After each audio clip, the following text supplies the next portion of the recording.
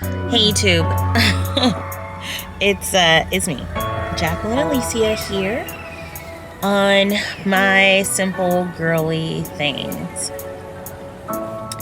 You guys, we need to talk. We need to talk. Some things happened while I was gone, and I couldn't talk to you guys about it because I didn't have all the answers yet, and it would have felt weird if I came on and was just kind of rambling and not having information and or just emotional, breaking down kind of a thing. So I got some information and I want to share it with you guys.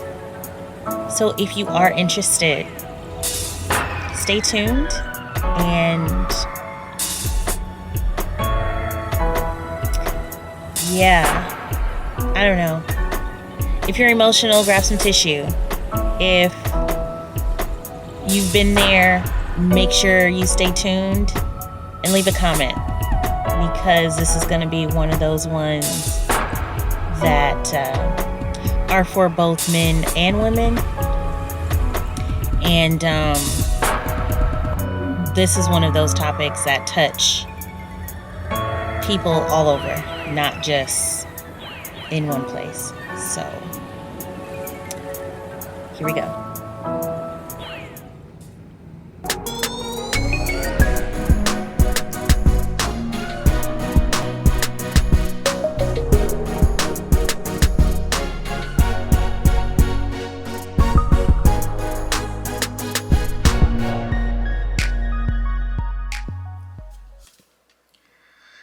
Alright, you guys, I'm home now. I felt it would be a little bit better and more familiar if I did this at home instead of in the car like I did my introduction. However,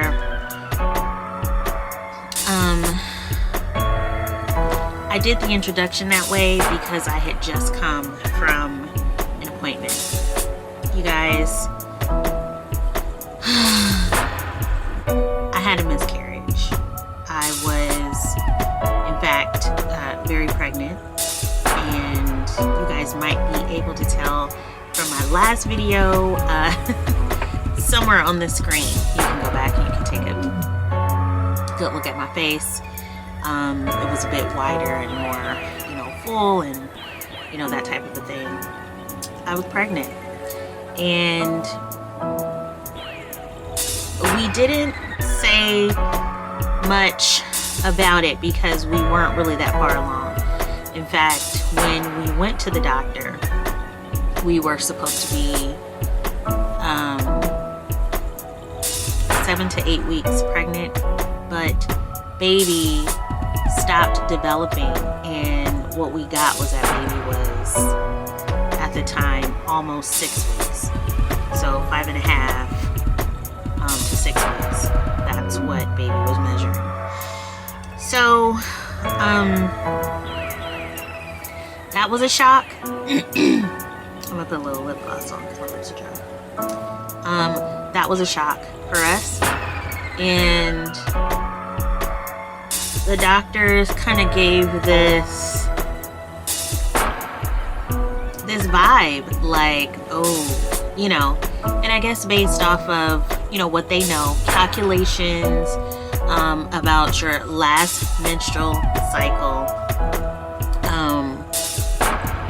or I should say, what did they call it? The first day of your last menstrual cycle, or first day of your last menstrual period. They call it something like that. I think LMP might be the acronym. Anyways, mine wasn't lining up to what baby was supposed to be measured. And so they had that look of, oh no. And so, what did we do? We left, we went home, we prayed about it. I didn't have any morning sickness. It was wonderful. I didn't have any morning sickness. But if you guys recall, I was really sick, like in the beginning of January, end of December. And I was told that when you're initially pregnant, for some women, your body, your immune system kind of, it's not, roaring like it usually is, because body is trying to accept baby. And so that to me made sense. I was kind of just trying to put 2 and 2 together, because we didn't even know that we were pregnant. This wasn't something that we had planned. It wasn't something that, we were like, okay, no, we weren't, none of that. So if you guys don't know by now, we have Aiden will be 12 this year, 2022, and Cam will be 11. So we really would have been, completely starting over, you guys. And so, like I said, it wasn't a planned thing. However, we were very, very, very ready and willing and accepting. This is, God's plan. So, we had to wait 2 weeks. Actually, no. After we went to the doctor and we found out that baby wasn't seemingly on track with the growth rate, they had me give blood to measure my HCG levels. And the levels were at a certain spot and seemed to measure up with where we were at, and baby's growth. And like about 4 days later, I think it was, they needed to take more blood, and they did. And that's when the levels dropped, or we found that the levels had dropped. So we knew inevitably at that point that baby wasn't gonna make it. So we got so much support, because there was nothing that they could do. Like, there was I couldn't necessarily go to emergency, because it wasn't an emergency. I was not that far along, and it was just one of those things where you just had to wait it out, and we did. And I want to say that was when we found those results. That was a Monday, and so by Wednesday, I was already in full miscarriage mode, if that's even a phrase. And I have to tell you guys, it was horrible. It was horrible. Excuse me.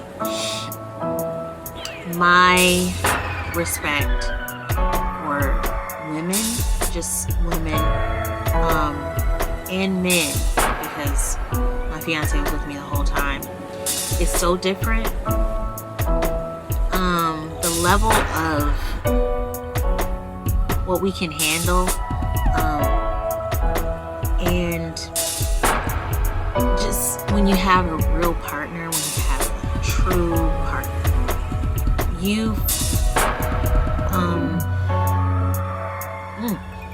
I did not want to tear up, but I guess it's one of those things, right?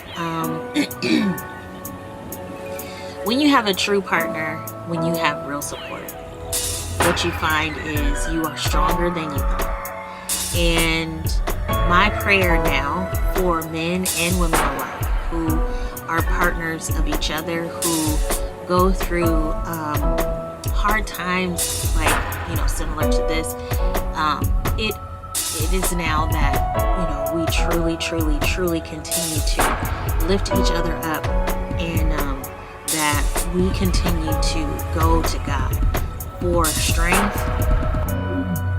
not just for ourselves, but so that we can be strong for someone else who might be going through something.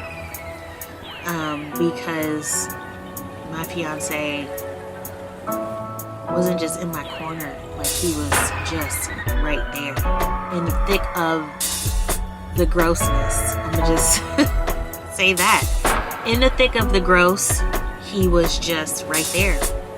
And it takes a special person We're not even officially married.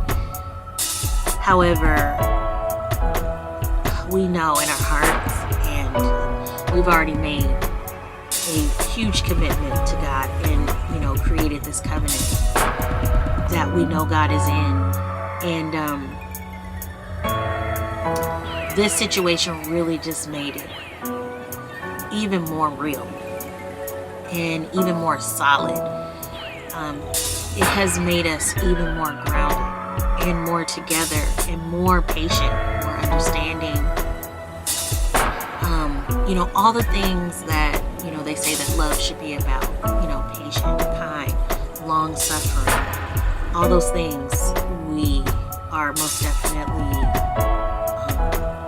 feeling and understanding. And so I wanted to get on here and share that with you guys, because now there's another experience in my heart that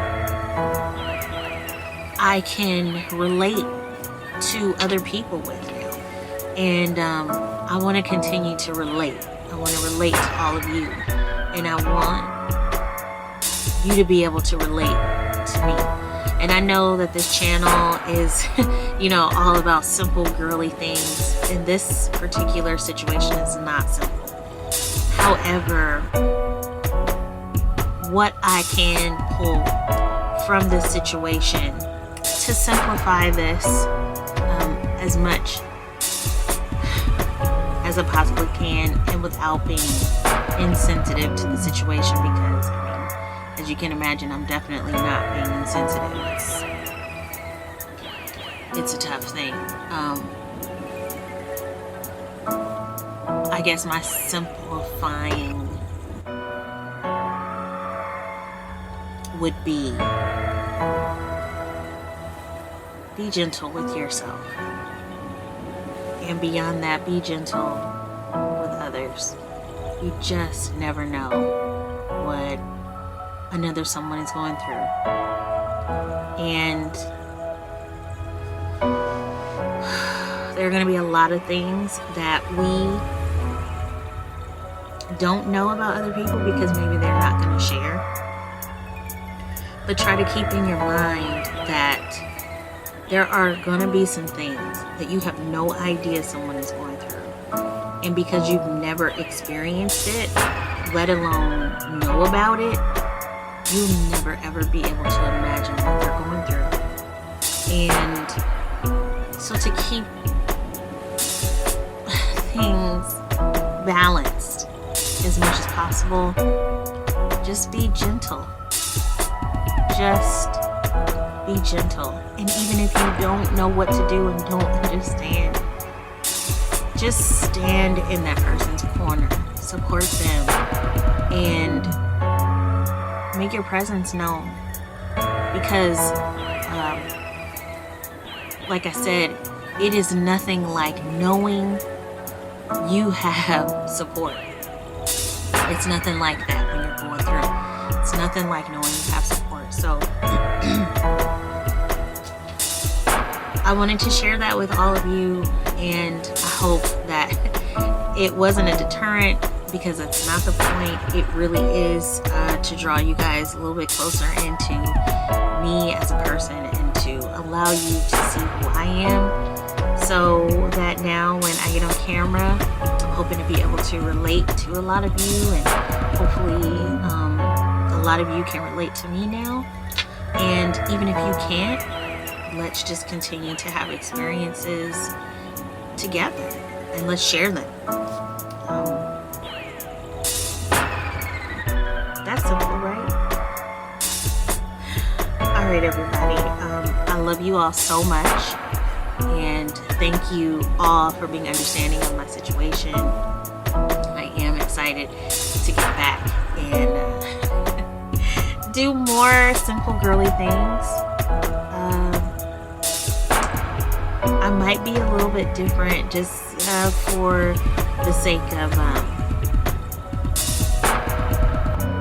just being honest about how I feel in the moment, because I want to be more in the moment, but it won't change my approach. So again, now you guys know me and you can see a little bit more of me, and so we'll continue this journey together.